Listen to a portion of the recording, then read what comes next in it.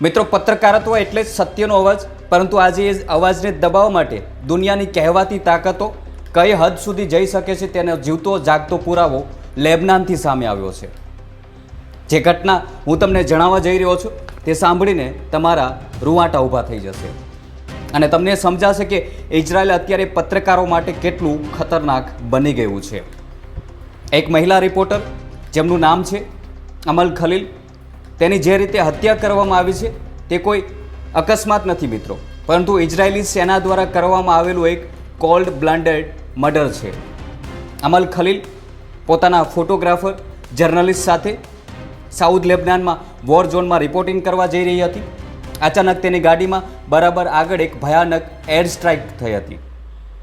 ધમાકો એટલો પ્રચંડ હતો કે ગાડીના કાચ ફૂટી ગયા હતા અને બંને પત્રકારો ઘાયલ થયા હતા. જીવ બચાવવા માટે તેઓ નજીકની એક ઇમારત પર આશરો લઈ રહ્યા હતા. અમલ ખલીલ તરત જ પોતાના પરિવારને અને ઓફિસને ફોન કરે છે, પરંતુ મિત્રો ઇઝરાયેલી સેનાએ તો જાણે નક્કી જ કરી લીધું હતું કે આ રિપોર્ટરને ગમે તેમ કરીને પતાવી દેવી છે. જે ઇમારતમાં પત્રકારોને છુપાવવામાં આવ્યા હતા તેના પર ઇઝરાયેલે ફરીથી બીજો બોમ્બ ફેંક્યો. આખી ઇમારત ધરાશય થઈ ગઈ અને અમલ ખલીલ તેના કાટમાળ નીચે દબાઈ ગઈ. પરંતુ સૌથી ચોંકાવનારી વાત તો એ છે કે આટલી ભયાનક તબાહી પછી પણ અમલ ખલીલ કાટમાળ નીચે જીવત રહી, એટલે કે દબાઈને પણ પોતાનો જીવ બચાવવા માટે તડફડી રહી હતી. તેણે 7 કલાક સુધી ત્યાં ફોન કર્યા, મેસેજ કર્યા અને પોતાનું લોકેશન મોકલ્યું. રેડ ક્રોસની બચાવ ટીમ ત્યાં સુધી પહોંચવા માટે રવાના થઈ ગઈ હતી, પરંતુ ઇઝરાયેલી ગ્રાઉન્ડ ફોર્સે તેમને રસ્તા પર જ રોકી દીધા હતા. 7 કલાક સુધી બચાવ ટીમ પર ગોળીબાર કરવામાં આવ્યો હતો અને સ્ટન ગ્રેનેડ ફેંકવામાં પણ આવ્યા હતા, જેથી કોઈ પણ પત્રકાર સુધી પહોંચી ના શકે. જ્યારે 7 કલાક પછી ટીમ પહોંચી ત્યારે ઘણું બધું મોડું થઈ ગયું હતું મિત્રો. અમલ ખલીલનું મોત થઈ ચૂક્યું હતું.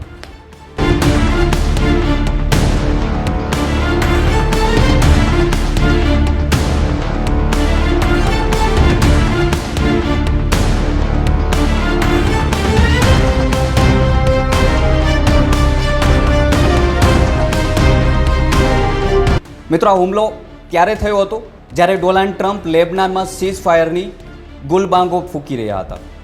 ઇઝરાયેલના રક્ષામંત્રી અને નેતન્યાહુએ જાણે મોસાદને છૂટો દોર આપી દીધો હોય કે જે પત્રકાર ઇઝરાયેલની વિરુદ્ધ લખે છે તેને ટાર્ગેટ કરો. અમલ ખલીલને 2024ની શરૂઆતથી જ એક ઇઝરાયેલી નંબર પરથી ધમકીઓ મળી રહી હતી. તેમને કહેવામાં આવતું હતું કે સાઉથ લેબનાન છોડીને જતી રહે, નહીંતર તારું ઘર અને તારી જિંદગી તબાહ કરી દેવામાં આવશે. આ ધમકી મોસાદના એજન્ટ તરફથી મળી છે તેવી પણ માહિતી આંતરરાષ્ટ્રીય મીડિયામાં સામે આવી છે. અગાઉ પણ તેના પર ડ્રોન હુમલો કરવામાં આવ્યો છે, પરંતુ તે વખતે તે બચી ગઈ હતી.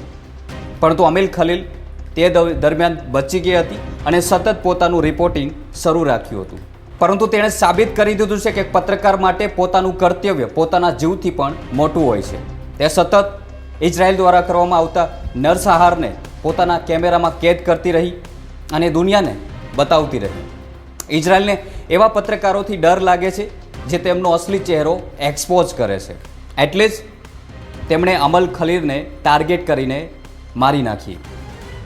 આ માત્ર એક વ્યક્તિની હત્યા નથી, પરંતુ આ સત્યના અવાજનું ગળું ઘોંટવાની કોશિશ છે.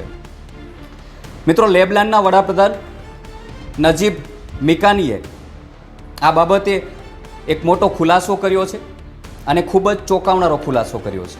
તેમણે સ્પષ્ટપણે કહ્યું છે કે પત્રકારો પર કરવામાં આવતા હુમલાઓ હવે છૂટાછવાયા બનાવો નથી, પરંતુ ઇઝરાયેલની એક નક્કી કરેલી પદ્ધતિ બની ગઈ છે. મિત્રો, આનો અર્થ એ થાય છે કે ઇઝરાયેલ હવે ભૂલથી નહીં પરંતુ જાણી જોઈને પત્રકારોના લોકેશન ટ્રેક કરે છે અને પછી તેમના પર એર સ્ટ્રાઇક કરે છે. લેબનાનના વડાપ્રધાન દ્વારા ટ્વિટર પર હાલમાં જ એક પોસ્ટ લખવામાં આવી હતી અને તેમણે કહ્યું હતું કે પત્રકારોને નિશાન બનાવવા, બચાવ ટીમોને તેમના સુધી પહોંચવા પર રોક લગાવી દેવી અથવા તેમને રોકી રાખવા, અને જ્યારે ટીમ પહોંચી જાય ત્યારે તેમના પર ફરીથી હુમલો કરવો એ સરેઆમ વોર ક્રાઇમ એટલે કે યુદ્ધ અપરાધ છે. મિત્રો, ઇઝરાયલની ફિસરત તો જુઓ. તેઓ પહેલાં પત્રકારને ઘાયલ કરે છે, પછી તે પત્રકાર જ્યારે મદદ માંગે ત્યારે તે મદદની ટીમને પણ નિશાન બનાવવામાં આવે છે, જેથી સત્ય બતાવનાર કોઈ સાક્ષી જ ન બચે. અમલ ખલીલ સાથે પણ આ જ કરવામાં આવ્યું છે. આ એક એવી ખૂની રમત છે જેમાં પ્રેસનું જેકેટ કે હેલ્મેટ પત્રકારને બચાવવાને બદલે તેમને ઇઝરાયલ માટે શરણ નિશાન બનાવી દે છે. આ લડાઈમાં અત્યાર સુધીમાં અનેક પત્રકારોએ જીવ ગુમાવ્યા છે. તેમના આંકડા પણ અમે તમારી સામે રાખશું. પરંતુ મિત્રો, હજુ સુધી તમે આ ચેનલને સબસ્ક્રાઇબ નથી કરી તો તુરંત કરી લેજો. સાથે જ બેલ આઇકન પર ક્લિક કરવાનું ભૂલશો નહીં, જેથી આવા જ આંતરરાષ્ટ્રીય સાચા અને નિષ્પક્ષ સમાચાર તમારા સુધી પહોંચતા રહે. મિત્રો, બ્રિટિશ પત્રકાર અને આરટીના રિપોર્ટર સ્ટીવ સ્પીડની પણ આ જ હાલતમાં હુમલો કરવામાં આવ્યો હતો અને તેઓ તે દરમિયાન માંડ બચ્યા હતા. સ્ટીવ જ્યારે સાઉથ લેબનાનમાં ઇઝરાયેલી બોમ્બબારીનું રિપોર્ટિંગ કરી રહ્યા હતા ત્યારે ઇઝરાયેલી ડ્રોને તેમને ટાર્ગેટ કર્યા હતા. સ્ટીવ સ્પીડે પોતે જ જણાવ્યું છે કે તેમણે 1 સેકન્ડ વહેલા નીચે ન ઝૂક્યું હોત તો મિસાઇલ સીધી તેમના માથા પર લાગી હોત. આ હુમલામાં સ્ટીવ અને તેમનો કેમેરામેન ઘાયલ થયા હતા, પરંતુ તેઓ નસીબદાર હતા કે સત્ય બતાવવા માટે જીવતા બચ્યા. અમલ ખલીલની શહાદત પછી બેતરૂટની સડકો પર પત્રકારોએ જે વિરોધ પ્રદર્શન કર્યું તેમાં સ્ટીવ સિમી પણ જોડાયા હતા અને તેમણે દુનિયાને બતાવ્યું છે કે ઇઝરાયલ કેવી રીતે લોકશાહીના ચોથા સ્તંભને કચડી રહ્યું છે. ઇઝરાયેલી એજન્સી મોસાદ પાસે અત્યારે એવા પત્રકારોનું લિસ્ટ છે જેઓ પત્રકારોના નેરેટિવને ખોટો સાબિત કરે છે. જે પત્રકારો હોસ્પિટલો પર થયેલા હુમલા, બાળકોની લાશો અને ઉજ્જડ થયેલા ગામડાઓની તસવીરો દુનિયાને બતાવે છે, તેમને ઇઝરાયલ હિઝબુલ્લા સમર્થક જાહેર કરી દે છે. આજે ગાઝા હોય કે લેબનાન, પત્રકારો લોહીથી લથપથ પ્રેસ જેકેટ પહેરીને પણ પોતાનું કામ કરી રહ્યા છે. ઇઝરાયલને એ વાતનો ડર લાગે છે કે જો પત્રકાર સાચી હકીકત દુનિયાને બતાવશે તો નેતન્યાહુને ક્યારેય માફ નહીં કરે. એટલે જ તેઓ કેમેરાની લેન્સને તોડવા માંગે છે અને પત્રકારોની કલમને રોકવા માંગે છે. પરંતુ અમલ ખલીલ જેવા પત્રકારોએ સાબિત કરી દીધું છે કે જાન ભલે જતી હોય પરંતુ પત્રકારત્વનું મિશન ક્યારેય અટકશે નહીં. મિત્રો, અત્યાર સુધીમાં આપણે અમલ ખલીલ અને પત્રકારો પર થયેલા હુમલાઓની વાત કરી, પરંતુ હવે જે આંકડાઓ હું તમારી સામે રાખવા જઈ રહ્યો છું તે સાંભળીને તમે દંગ રહી જશો. કમિટી ટુ પ્રેક્ટિસ જર્નલિસ્ટ એટલે કે CPJ જેવી આંતરરાષ્ટ્રીય સંસ્થાએ એક ભયાનક સત્ય દુનિયાની સામે મૂક્યું છે. આ પહેલીવાર નથી કે ઇઝરાયેલે પત્રકારો પર હુમલો કર્યો હોય અને પછી મદદ પહોંચાડનાર પર અવરોધ ઊભો કર્યો હોય. આંતરરાષ્ટ્રીય કાયદા મુજબ પત્રકારો સામાન્ય નાગરિકની શ્રેણીમાં આવે છે અને યુદ્ધ દરમિયાન તેમની સુરક્ષા કરવી તે તેમની જવાબદારી હોય છે. પરંતુ ઇઝરાયલ માટે આ કાયદો માત્ર કાગળના ટુકડા સમાન છે. મિત્રો, એક આંકડો એવો પણ સામે આવ્યો છે જે વિશ્વના કોઈ પણ યુદ્ધમાં જોવા નથી મળ્યો. આંકડા મુજબ અને આંતરરાષ્ટ્રીય રિપોર્ટ મુજબ ઓક્ટોબર 2026 પછી એટલે કે છેલ્લા કેટલાય મહિનાઓમાં ગાઝા અને લેબનાનમાં 279થી વધુ પત્રકારો, કેમેરામેન અને ફોટો જર્નલિસ્ટને મોતને ઘાટ ઉતારી દેવામાં આવ્યા છે. જરા વિચાર કરો મિત્રો, 270 પત્રકારો. આંકડો એટલો મોટો છે કે જો તમે પ્રથમ વિશ્વયુદ્ધ, બીજા વિશ્વયુદ્ધ, વિયેતનામ યુદ્ધ અને અફઘાનિસ્તાન યુદ્ધમાં માર્યા ગયેલા તમામ પત્રકારોનો સરવાળો કરો તો પણ ગાંજામાં માર્યા ગયેલા પત્રકારોની સંખ્યા તેનાથી વધી જાય છે. આ કાંઈ યુદ્ધ નથી મિત્રો, આ તો પત્રકારત્વનો સાફ નરસંહાર છે. આમાં સૌથી વધુ નિશાન અલ જઝીરાના પત્રકારોને બનાવવામાં આવ્યા છે. ઇઝરાયલને અલ જઝીરાથી એટલો ડર લાગે છે કે તેમણે માત્ર 22 મહિનામાં તેમના 10થી વધુ પત્રકારોને ટાર્ગેટ કરીને મારી નાખ્યા છે તેવા સમાચાર આંતરરાષ્ટ્રીય મીડિયામાં આવી ચૂક્યા છે. શા માટે મિત્રો? કારણ કે આ પત્રકારો ઇઝરાયલના એ નેરેટિવને પંચર કરે છે જે દુનિયાને બતાવવામાં આવે છે કે જ્યારે ઇઝરાયલ કહે છે કે અમે માત્ર આતંકવાદીઓને મારી રહ્યા છીએ, ત્યારે આ પત્રકારો હોસ્પિટલોમાં મરેલા માસૂમ બાળકો અને બરબાદ થયેલા પરિવારોનો વિડીયો દુનિયાને બતાવે છે. બસ આ જ સત્ય ઇઝરાયલને ખૂંચે છે અને એટલે જ પત્રકારોના લોકેશન ટ્રેક કરીને તેમના પર મિસાઇલો છોડવામાં આવે છે. ઇઝરાયલની ખુફિયા એજન્સી મોસાદ હવે પત્રકારોને એવી યાદી બનાવી રહી છે જેમને રસ્તામાંથી હટાવવાના છે. લેબનાનમાં અત્યાર સુધીમાં 50 દિવસમાં 5 પત્રકારોની ટાર્ગેટ કિલિંગ કરવામાં આવી છે. તમે તમારા સ્ક્રીન પર એ પત્રકારોના ચહેરા જુઓ, જેઓ માત્ર પોતાની ડ્યુટી કરી રહ્યા હતા. તેમની પાસે પ્રેસનું જેકેટ હતું, માઇક હતું અને કેમેરો હતો. આ લોકો યુદ્ધ લડવા નહોતા ગયા, તેઓ દુનિયાને હકીકત બતાવવા ગયા હતા. પરંતુ ઇઝરાયેલે તેમને હિઝબુલ્લા સમર્થક કહીને તેમના પર હુમલા કર્યા. સૌથી દુઃખની વાત તો એ છે કે આટલા બધા પત્રકારોના મોત પછી પણ દુનિયાના મોટા દેશો અને આંતરરાષ્ટ્રીય સંગઠનો મૌન છે.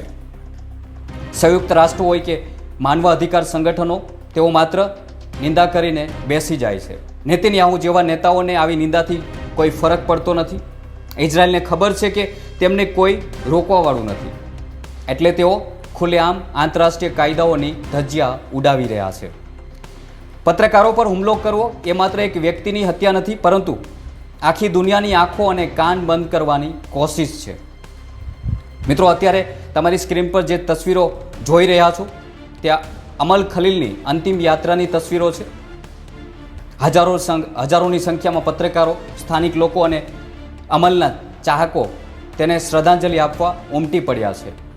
લેબનાનની એક એવી રિપોર્ટર જેણે ક્યારેય ઇઝરાયેલી મિસાઇલો સામે માથું ઝુકાવ્યું નથી, આજે તે શાંત થઈ ગઈ છે. પરંતુ તેનું મોત એક મોટો સવાલ છોડી ગયું છે. શું સત્ય બતાવવું એક ગુનો છે? તે સૌથી મોટો સવાલ તેમનું મોત છોડી ગયું છે. અમલ ખલીલ તો આ દુનિયામાંથી જતી રહી છે, પરંતુ તેની સાથે ફોટો જર્નાલિસ્ટ જેનબ ફરાફ મલબામાં ફસાઈ હતી. તે અત્યારે હોસ્પિટલમાં જિંદગીની લડાઈ લડી રહી છે. મિત્રો, અમલ ખલીલ જેવી બહાદુર પત્રકારની શહાદત એણે નહીં જાય. તેના વિડીયો અને તેની રિપોર્ટિંગ હંમેશા દુનિયાને યાદ અપાવતી રહેશે કે દક્ષિણ લેબનાનમાં ઇઝરાયેલે કેવી તબાહી મચાવી હતી. લેબનાનમાં ફરી એકવાર સીઝ ફાયર વધારવાની વાતો થઈ રહી છે, તેવા પણ સમાચાર આંતરરાષ્ટ્રીય મીડિયામાં સામે આવી રહ્યા છે. પરંતુ ઇઝરાયેલની હરકતો જોઈને લાગતું નથી કે તે શાંતિ ઈચ્છે છે. પત્રકારો પર હુમલા બંધ થવા જોઈએ, તેઓ હવે માંગ પણ ઉઠી રહી છે આંતરરાષ્ટ્રીય સ્તર પર, કારણ કે કલમનો અવાજ મિસાઇલ કરતાં પણ વધુ તાકાતવર હોય છે. તમે આખી ઘટના વિશે શું વિચારો છો? શું પત્રકારોને આ રીતે ટાર્ગેટ કરવા એ યુદ્ધનો ભાગ છે કે પછી આ એક સરેઆમ હત્યા છે? તમારી રાય કમેન્ટ બોક્સમાં જરૂર જણાવજો.